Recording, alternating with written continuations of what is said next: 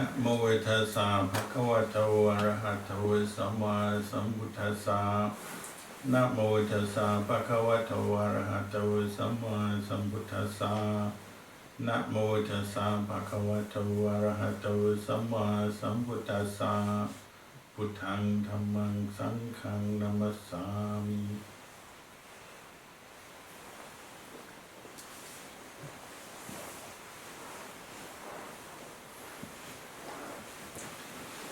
Blessings, good evening to you all.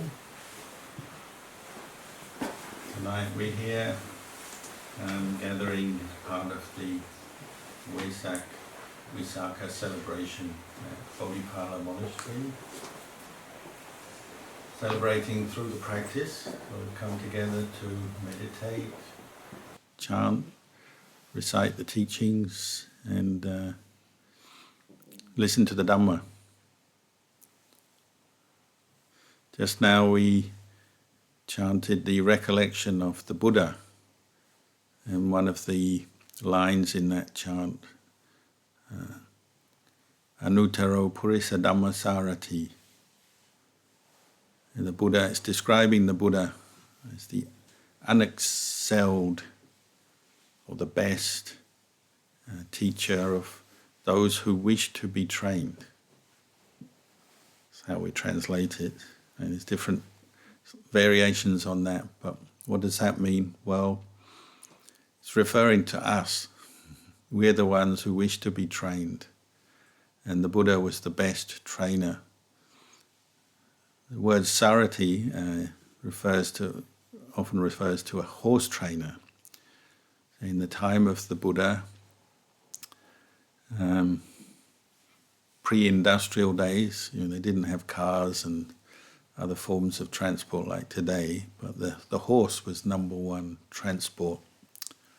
And so the person who trained the horse to follow instructions, to follow the instructions of the rider, if it's a horse being ridden, or to pull a cart, this was a very important job and very useful to society. Somebody who could train horses well would be a highly valued member of society.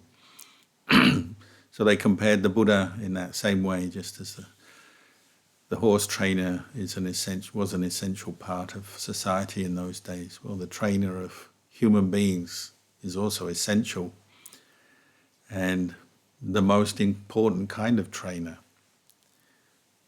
And why are we celebrating Vesak? Well, we're remembering the Buddha as the best teacher that the world has known, in our view. But we're also acknowledging the fact that we are interested and wish to be trained.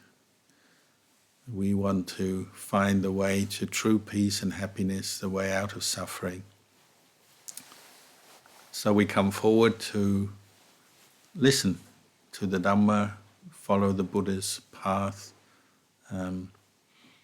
for our own benefit. And because the Buddha was the unexcelled teacher, this path, this method, this way that the Buddha gave us is very suited to people, all people, from all backgrounds. It's not an elitist thing, it's not a cult.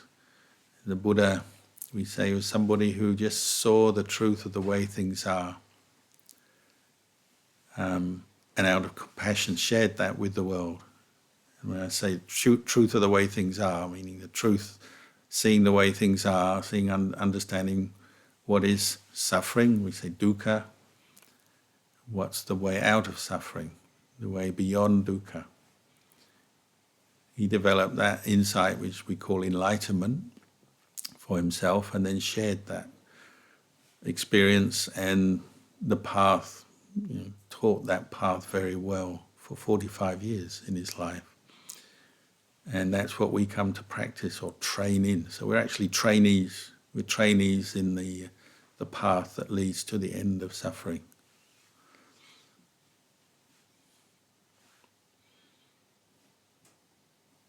So we're, at Vesak we celebrate that. We celebrate the fact that there is this way out of the stress and suffering of life. And it brings us back to, what did the Buddha teach? What is this way? So we have the Four Noble Truths, the summary of that. Suffering, and that's something to be known and understood. Dukkha is something to be known.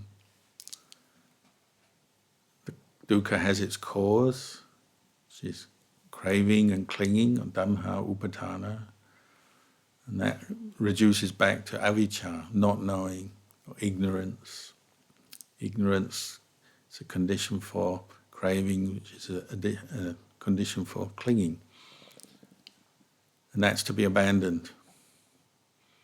And it can be abandoned. And when we have abandoned it through developing clear seeing, developing the inner eye as opposed to just the ordinary physical eye, but the eye of wisdom, the inner eye, we can abandon craving and clinging, and we can experience nirodha, cessation of suffering, which is what we all want. And the path, the Fourth Noble Truth, is the way you develop that inner eye that sees these Four Noble Truths, penetrates them. So dukkha is the starting point. And what is dukkha? Well, birth, aging, sickness and death, dukkha. I think most people can agree on that. Having been born, whenever we experience particularly sickness, but any kind of painful experience that comes with aging, the changes of the body, and then ultimately death. These are all things that we can quite easily see as stress, dukkha.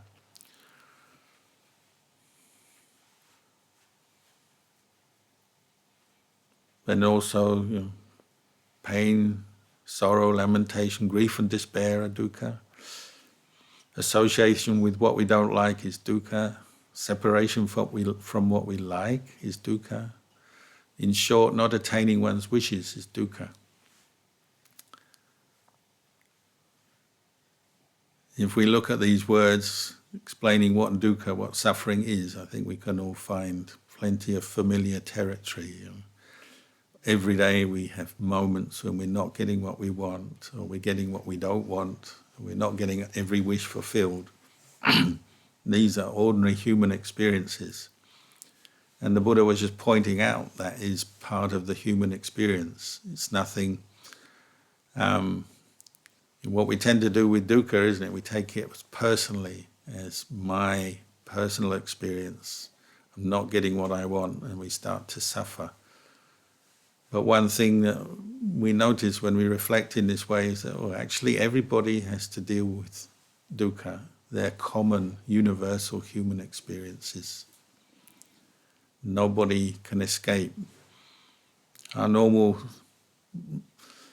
aim in life, the wishes we have are usually nowadays devoted more to material gain and material wealth. We assume if I have more wealth, more power and influence, more fame, then I'll somehow be able to escape the dukkha of life. And you certainly can escape some dukkha and you'll get some wishes fulfilled, but because of the universal nature of dukkha, nobody can ultimately escape these experiences. Having been born as a human being, however wealthy, powerful, influential you are, you still get old every day. You get older, still experience sickness, you still have to die. You won't get every wish fulfilled in life. It's so common, so obvious that we overlook it, and we keep trying to escape from these facts through seeking more comfort, pleasure, power, wealth, and so on. But ultimately we can't escape the basic underlying dukkha of life. This is what the Buddha pointed out. And he wasn't speaking without experience either. The Buddha was born into a wealthy family with lots of opportunity to fulfill all his wishes. Good food, good entertainment, good friends, comforts, everything that the world could provide him with at that time. He had that opportunity. But he could still see you're not going to get every wish fulfilled simply by pursuing wealth, power, fame, fortune, these kind of what we call the worldly dhammas. He had that intuition, that insight. So he was speaking from experience. So then what do we do with this? Well, the Buddha went on to say, well, if you reduce it all down, what is dukkha? Well, this body and mind, what we call the 5 khandhas, these 5 focuses of identity, what we identify with as a human being and as a self, are dukkha.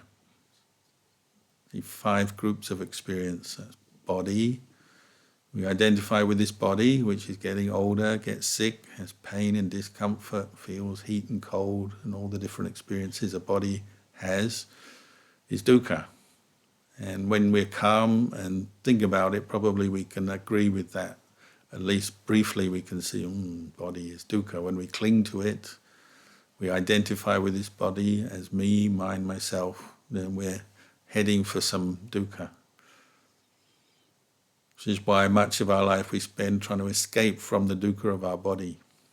We like to get high, get excited, seek ever different kinds of pleasure, try to sustain different kinds of pleasurable experiences to escape the dukkha of a body.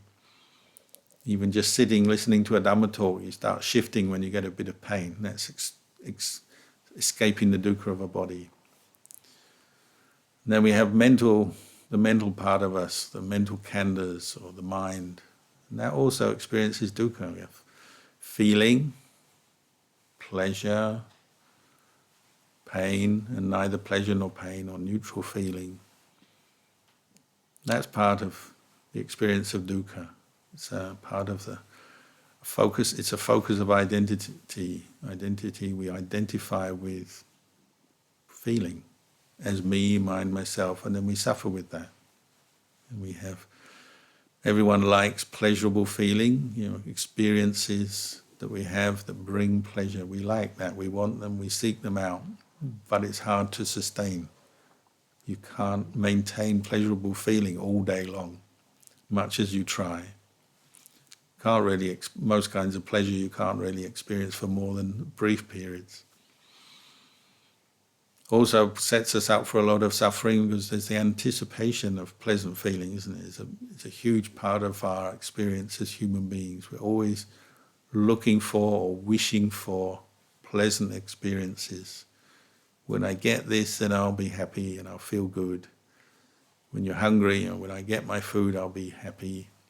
When I get the kind of food I like, this special kind of food that I want, I'll be happy. We spend a lot of time expecting and anticipating pleasure and pleasurable experiences, and always getting disappointed. Even when you get the pleasure, it's very quickly over. It doesn't last long. And then we go back to the wanting, the expecting. That's the nature of pleasurable feeling. Of course, painful feeling we're always trying to get rid of. And it stimulates a lot of negative thinking, worry, anxiety about pain. Someone was saying the other day that they want to get the jab for the coronavirus, but they don't want the needle. So you want the pleasure of knowing I've had the vaccination, but then you don't want the pain of the needle. And life is, again, it's full of these dilemmas, isn't it? There's pain and pleasure often are coming very closely, one after the other. And some people, they fear the needle, the prick, so much that the needle hasn't gone in yet. Already they go, ow. Just seeing the needle, they go, ow. The needle gets nearer, ow. It hasn't even pierced the skin yet. Already they're going, ouch. It's just with the expectation of pain. We don't like pain, we don't want it. It's because we're grasping or identifying with painful feeling as self, and so it causes dukkha. So both pleasure and pain are dukkha when we grasp at them, when we cling to them. That's why the Buddha said that upadana khandha, the clinging khandhas, are like this, they bring dukkha. when we cling to them. Perception, the third khandha, is the same. We have all the perceptions, memories that we built up through our life, good and bad, correct, incorrect, the way we perceive, the way we look at our experience, the way we remember it, the features, the characteristics we remember, the names, the labels we put onto our experience. This is what we call sanya, or perception. And when we cling to our perceptions, identify with them as self, they cause suffering. They're often feeding suffering. They come together with vedana, with feeling. So you have the perception that something is pleasant, it's going to bring you pleasure. The perception is tricking you sometimes, because sometimes something you believe and think it's going to bring you pleasure and you associate with that, you remember as bringing you pleasure. Well, maybe that experience doesn't always bring you pleasure. Then you quickly get disappointed. Again, with something very simple like food, you have your perception of a certain food, that it's a kind of food that you like based on your perception. You remember it as something that agrees with you, tastes good from before. You've had that food so many times, you know for sure it really is enjoyable, you're going to enjoy it. But then maybe that day you eat the meal and the cook got it wrong and they put the ingredients in a bit off, or they forgot some ingredient, or they didn't cook it quite long enough or in the right way, or maybe the food was left too long and it's gone cold, and suddenly your perception of this desirable, enjoyable food is shattered at the moment you taste it, and it's, what happened? What went wrong? Perception is like that. It tricks us all the time. We build up hopes and expectations because of our clinging to perception, the way we remember things. Or it can go the other way. Things we remember as painful, unpleasant, sometimes they're not. People, we do this all the time. We label people as friend or enemy. This person is trouble for me. Maybe you have that perception of them, and then one day they do something very nice or help you. And it's like, huh, what? Why did that person help me? They're supposed to be my enemy. Our perceptions trick us like that. We cling to them, and then they're already filtering our experience, putting a label on, putting an expectation, or feeding expectations. But they trick us, not always correct. And they change. Over time, our perceptions will change. Memory comes and goes, doesn't it? We lose our memory easily. Even when we're young, we forget things. As you get older, it's even harder. You forget even more things. Feelings and perception will always be supporting the fourth khandha, sankhara khandha. This is another basis for dukkha. It's clinging. We cling to the mental formations, the part of the mind that is creating karma, our desires, what we want, and then what we aim for, all the intentions to do things, get things, have things, want things. It's mental formations. They fuel our speech, our actions, the way we are mentally looking at the world, thinking about the world. So it's where karma is made, is through sankhara khandha. If we cling to that, then it causes all kinds of trouble, doesn't it? If we're not very aware, then we have, we have to get a jab with the needle, and we have the perception this is going to be painful. What happens next is, sankhara khandha comes up. I don't want this, I don't like this, why do I have to do this? And the mind starts complaining, perhaps. Or some people go into fear, shock. Or some people, maybe they go a different direction. Oh, I can have a needle, no problem. They're more kind of heroic or more brave, or want to show off, no problem. But what's happening is the mental formations are taking place based on perceptions and feelings. So it's the biggest activity of the mind, isn't it? Mental formations, the mental proliferation, the way you think about things in a positive way, negative way, where you make your plans, where you form views and opinions about the world. It's the active part of the mind. but it causes us suffering. Why, when we meditate, what most people do is they complain, I can't meditate because I'm thinking too much. And that's the sankhara khandha, and we're clinging to it. And so we have dukkha. Too many thoughts, or the wrong kind of thoughts, not enough good thoughts, or maybe we have very good thoughts, very high, refined thoughts, and we cling to them and think, I'm somebody who is good, or I'm better than them. Can feel conceit, arrogance. The whole range of human experience is expressed through this sankhara khandha, but backed up by the other khandhas. But the Buddha has pointed out, when you cling to that, you cling to thought with a sense of self, it becomes a focus of identity, it becomes a source of suffering. What are you learning in meditation is not to cling, to see clinging as suffering and then releasing your mind from that clinging, that grasping.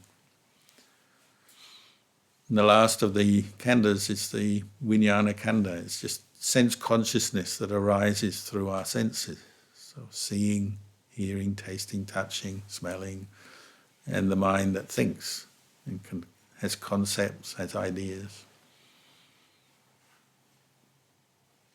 These 5 khandhas, these 5 groups of experience, the Buddha said, this is dukkha.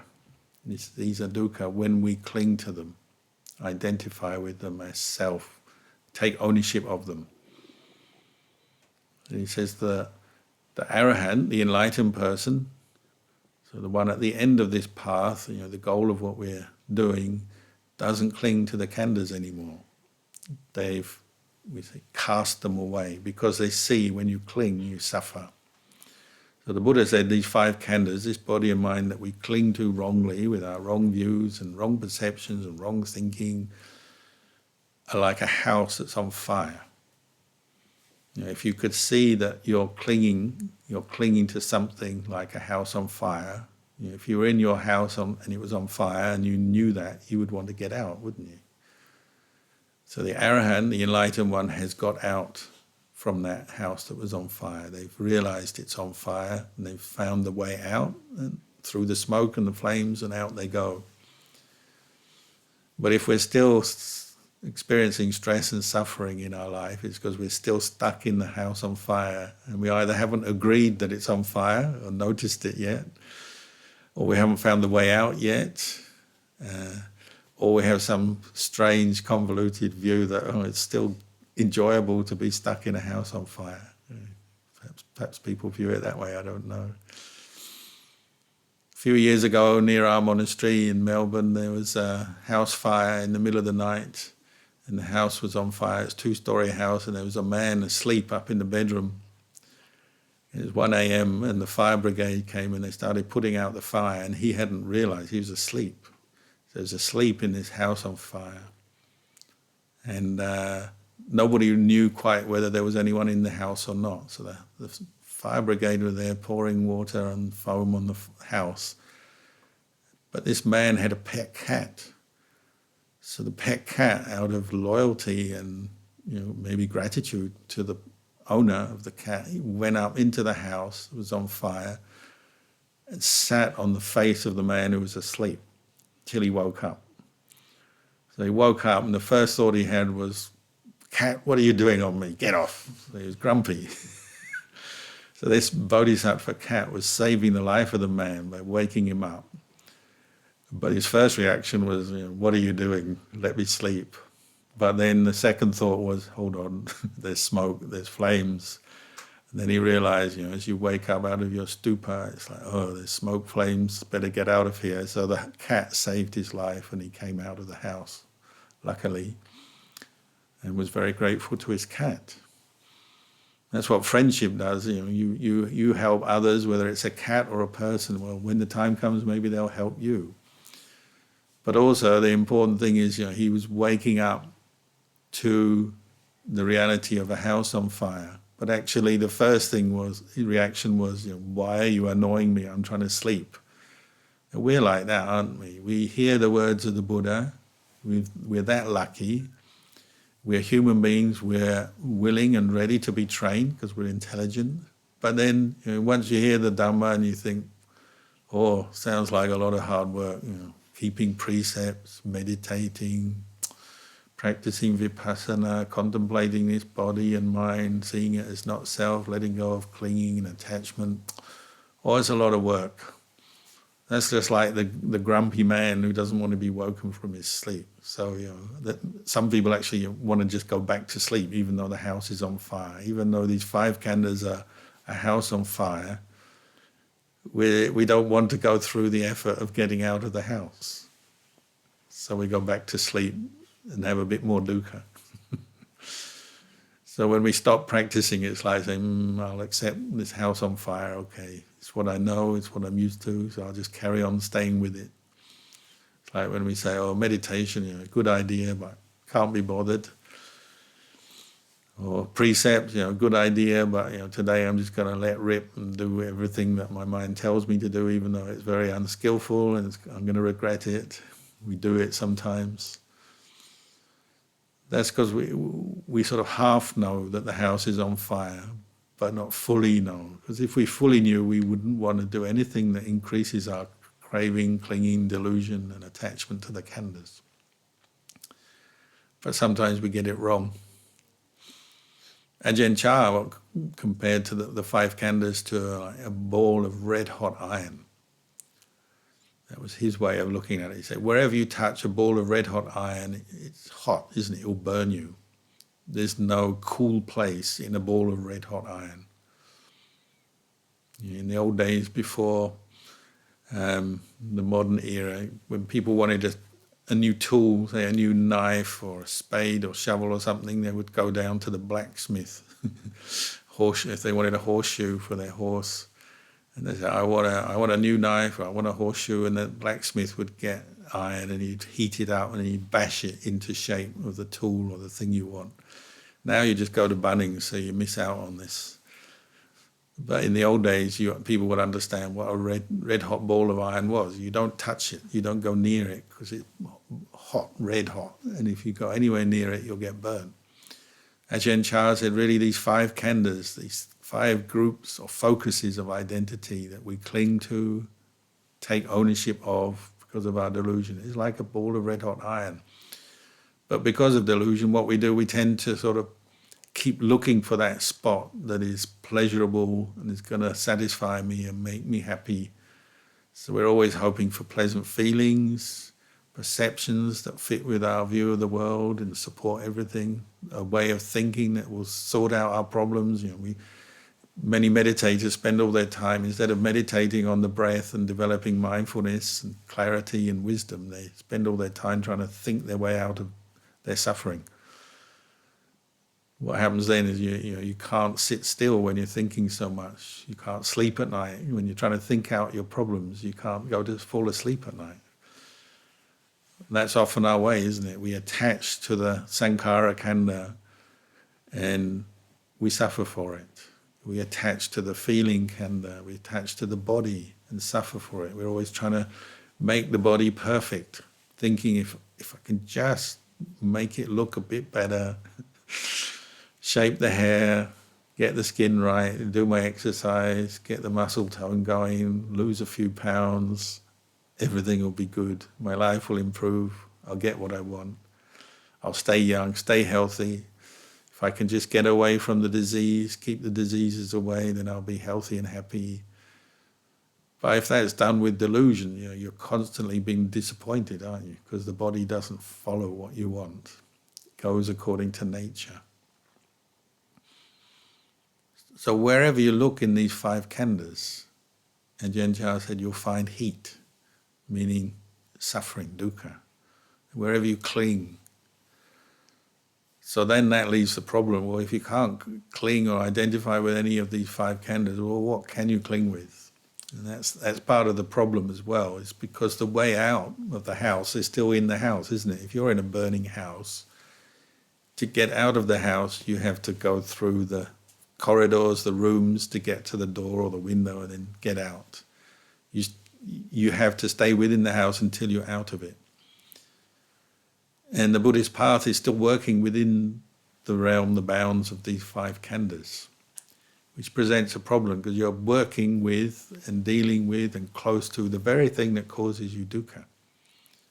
This body, we need to use it, don't we? We need to use it to do good, to practice the path. You practice meditation, you sit cross-legged, close your eyes, follow the breath.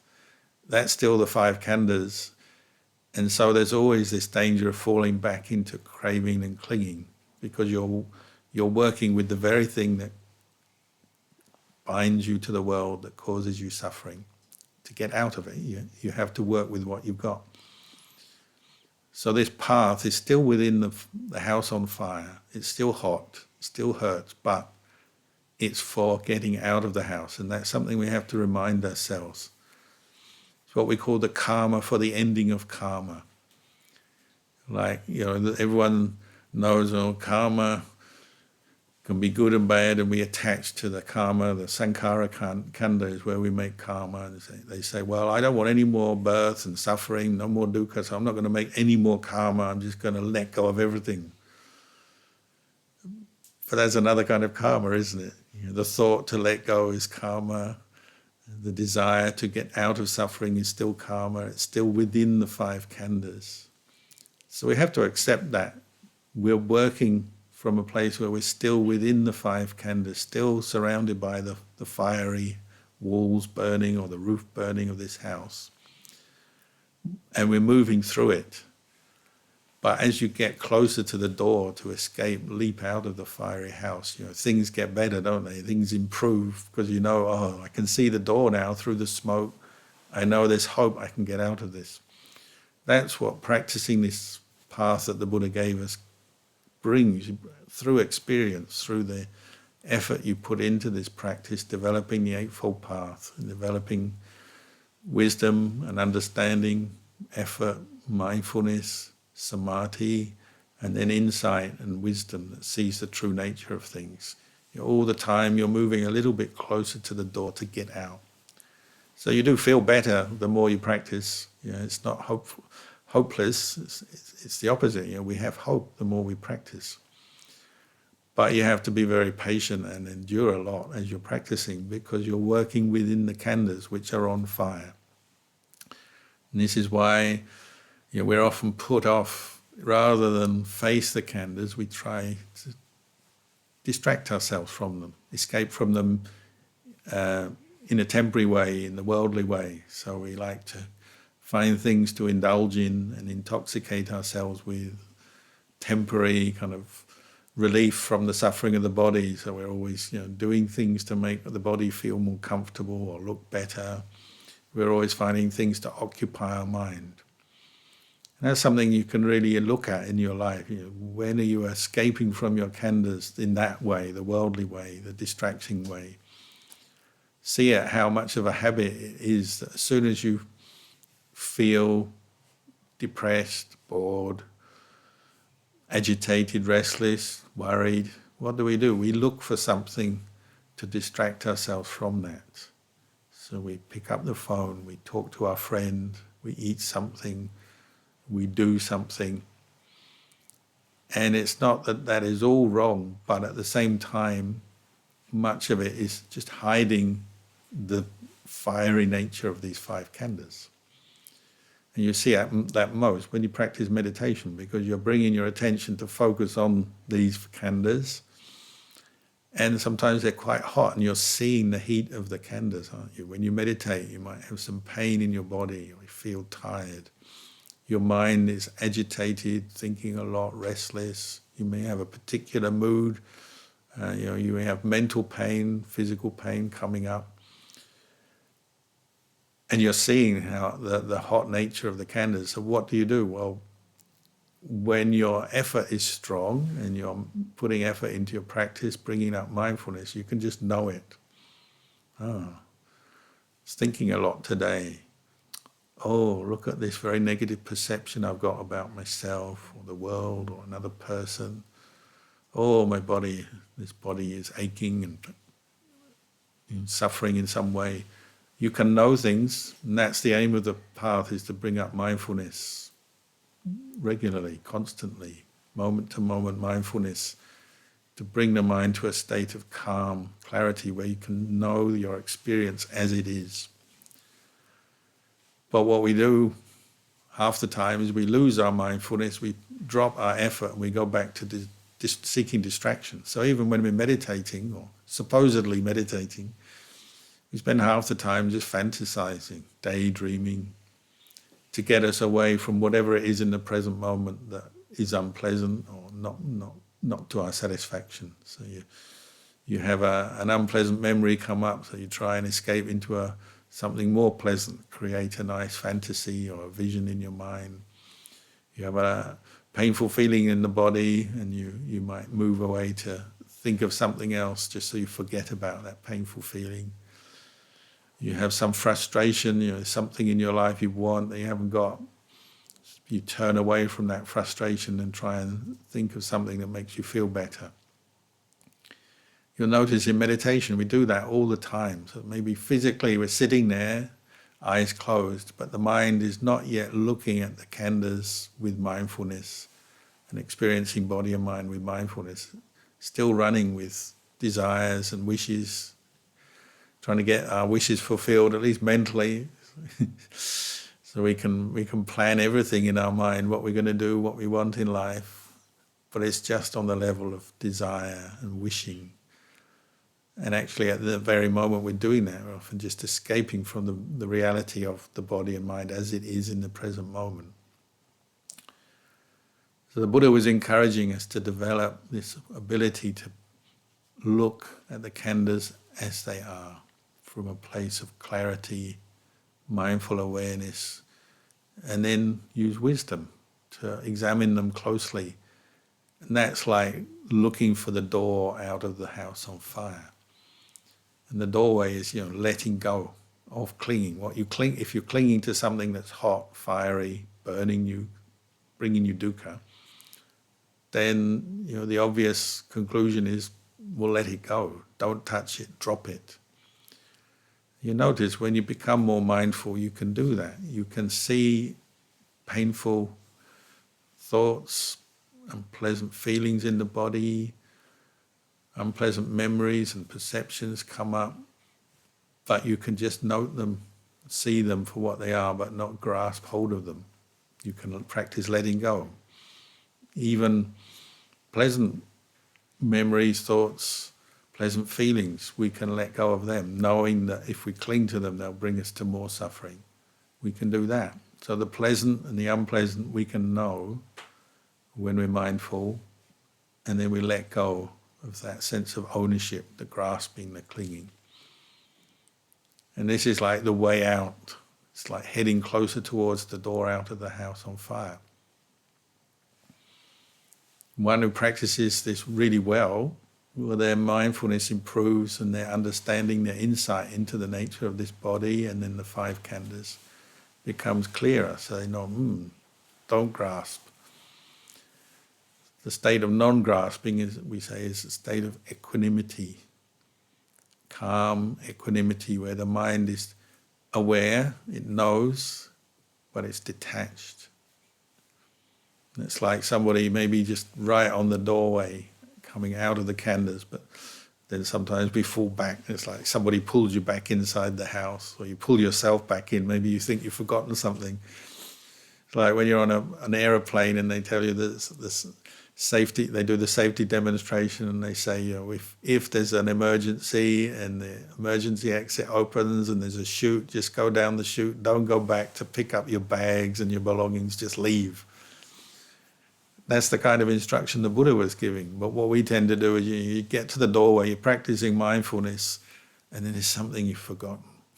But what about this, or what about that? So you mentally go back into the house and start thinking about that experience that you want, or you had last year, or you want next year, or that person you're missing, or that thing you want. Mentally we go back into the house all the time. We don't exit. What the Buddha was teaching was, we say, the remainderless fading away of suffering, the end of it, completely end of it, meaning out of the house and not going back and not having any more desire to go back in the house. like the mind of the enlightened Buddha or an arahant who's practiced following the path of the Buddha. Their mind is outside the house, doesn't want to go back in, has no more doubts that the house is something that's dangerous, on fire, it's suffering. They have no more doubts about that. They have no more attachment to the sort of wrong practices that might hold you into the house. They know the only practice is to let go, get out of the house, develop mindfulness, wisdom, and let go, get out. They have no more doubts about that. Why are we suffering? Is because we still doubt it. You've got one foot in, one foot out. And sometimes we like to come out of the house, get a bit of fresh air. It's cool. This is good. And then the doubt comes, but what about this? What about that? Go back in again. Attached to a bit more pleasurable feeling, get upset about things. Both happiness and suffering in the end are still within the house, on fire, still suffering. Ajahn Chah's way of saying it is you're picking up the snake, and you always pick up at the tail because you don't want to grab the head in case it bites you, but you grab the tail and the head comes around and bites your hand anyway. Like happiness and suffering, pleasure and pain. We think pleasure is better than pain, and it is maybe in the short term, but in the long term you're still attaching to the khandha, the feeling, the thoughts associated with it, the perceptions, the body that's experiencing that feeling. So as long as you attach to pleasure, you're also bringing pain with it. And that's what we don't see. We don't see that every part of these 5 khandhas is on fire.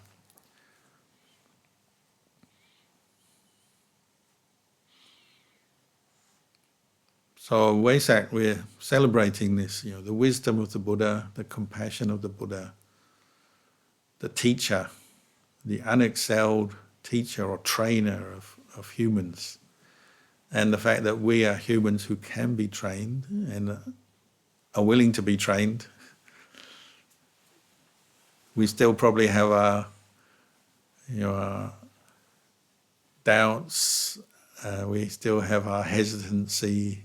We're hesitant to really commit to the full practice, but that's what the practice is to recognize that and to start overcoming some of that hesitancy, to devote ourselves more to the Buddha and his path of practice, devote ourselves to the bringing up of this awakened awareness that sees the nature of things, that this body, this mind is inconstant, it's impermanent, it's dukkha, and it's not a self to be owned, to be clung to, it's to be abandoned, let go of.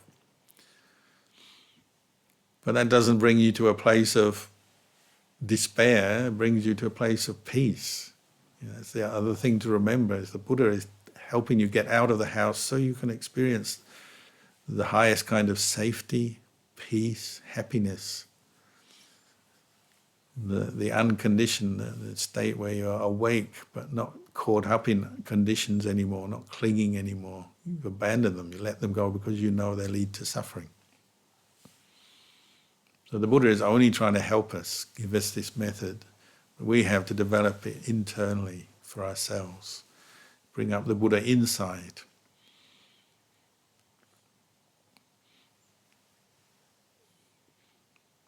So I'll leave you with these reflections tonight and wish you all the best on the occasion of Vesak. May you all progress in your Dhamma practice.